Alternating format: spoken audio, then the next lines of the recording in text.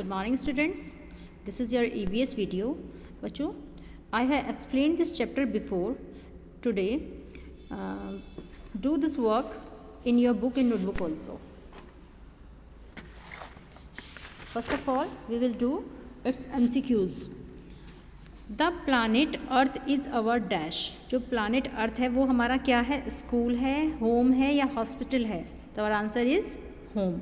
The planet Earth is our home. इसको fill करना है आपको.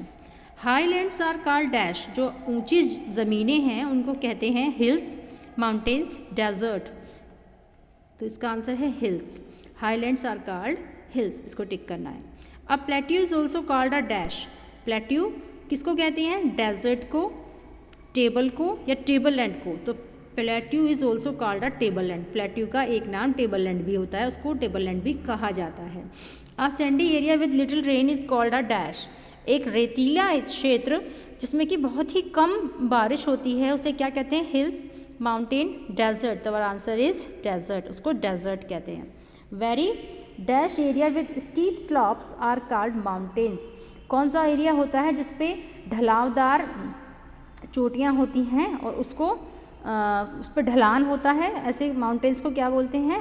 Very high area. बहुत ही ऊंचा एरिया जहाँ पर कि ढलावदार माउंटेन्स, जिसको कि ढलावदार माउंटेन्स कहा जाता है. Fill in the blanks using the correct option. आपको कुछ ऑप्शंस दिए हुए हैं, उनको फिल करना है. The land cover about 30% surface of the earth. जो लैंड है पृथ्वी का 30% एरिया कवर किए हुए हैं, यानी हमारी पृथ्वी पर 30% लैंड है और 70% वाटर है, जो मैंने आपको पहले भी चैप्टर में बताया था. A model of the earth is called a globe. Number 3, जो पृथ्वी का मॉडल है उसको ग्लोब कहते हैं. The upper part of the high dash are covered with snow. जो वेरी हाई एरिया होता है उसका माउंटेन्स का, और वो किससे कवर्ड रहता है? स्नो से. तो the upper part of the high mountains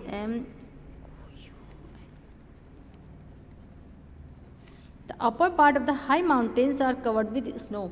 जो पर्वतों का ऊपरी क्षेत्र होता है वो हमेशा किससे कवर्ड रहता है? किससे ढका रहता है? स्नो से, बर्फ से. Valleys are very dash and good for growing crops. जो वैलीज होती हैं, घाटियाँ, वो क्रॉप्स यानी फसलों के लिए कैसी होती हैं? फर्टिल. फर्टिल मीन्स उपजाऊ. FERTILE. Fertile and goods for growing crops. जो वैलीज होती हैं, घाटियाँ होती हैं, पर्वतों के जो बीच की जगह होती है उसे वैलीज कहते हैं. नीचा क्षेत्र होता है और ये बहुत ही ज़्यादा उपजाऊ होता है, फसलों के लिए उपयोगी होता है. A sandy area with little rain is called a desert. एक रेतीला क्षेत्र जिसमें कि बहुत ही कम बारिश होती है उसको डेजर्ट कहते हैं. अब इसके क्वेश्चन आंसर है वो बच्चों मैं आपको नोटबुक में कराऊंगी. ना open your EVS notebook. Chapter number 16, world around us. What is atmosphere? First question is what is atmosphere. Atmosphere क्या है? पर्यावरण क्या है? वातावरण किसे कहते हैं? An envelope of air around the earth is called the atmosphere.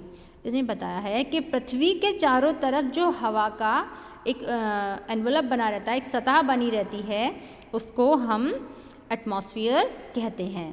Question number 2, how much water is found on the earth. पृथ्वी पर कितना पानी पाया जाता है? कितनी मात्रा में पानी पाया जाता है? तो हमारा answer is about 70% water is found on the अर्थ. के लगभग 70% पानी पृथ्वी पर पाया जाता है. What are the different types of landforms? अलग अलग प्रकार के जो पृथ्वी के रूप हैं, लैंड के फॉर्म हैं, वो क्या हैं? There are different types of landforms like plains, hills, mountains, valleys and deserts. पृथ्वी के, धरती के अलग अलग विभिन्न प्रकार के रूप होते हैं, प्रकार होते हैं, जिन्हें हम क्या कहते हैं? प्लेन्स यानी मैदान, हिल्स यानी पहाड़ियाँ, माउंटेन्स यानी पहाड़ या पर्वत, वैलीज मीन्स घाटियाँ, एंड डेजर्ट मीन्स रेगिस्तान. यानी जो हमारी धरती है ये सब जगह एक जैसी नहीं है, सेम नहीं है. कहीं पर धरती का रूप कुछ है और कहीं पर किसी और तरीके की है. ठीक है बच्चों. Question number 4, which animal is called the ship of the desert. कौन से एनिमल को शिप ऑफ द डेजर्ट कहा जाता है?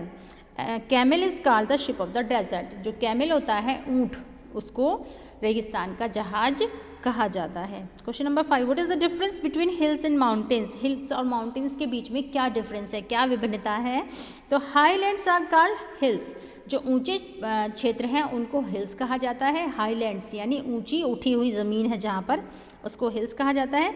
While very high area with steep slopes, लेकिन जो बहुत ही ज़्यादा ऊंचे क्षेत्र हैं और जिन पर ढलाव होते हैं उनको हम माउंटेन्स कहते हैं। ओके बच्चों, तो ये आपका वर्क है जो आपको अपनी नोटबुक में बिल्कुल नीट एंड क्लीन राइटिंग में करना है। अगर आपको कोई प्रॉब्लम होती है तो आप मुझसे पूछ सकते हैं। ओके, बाय बाय बच्चों।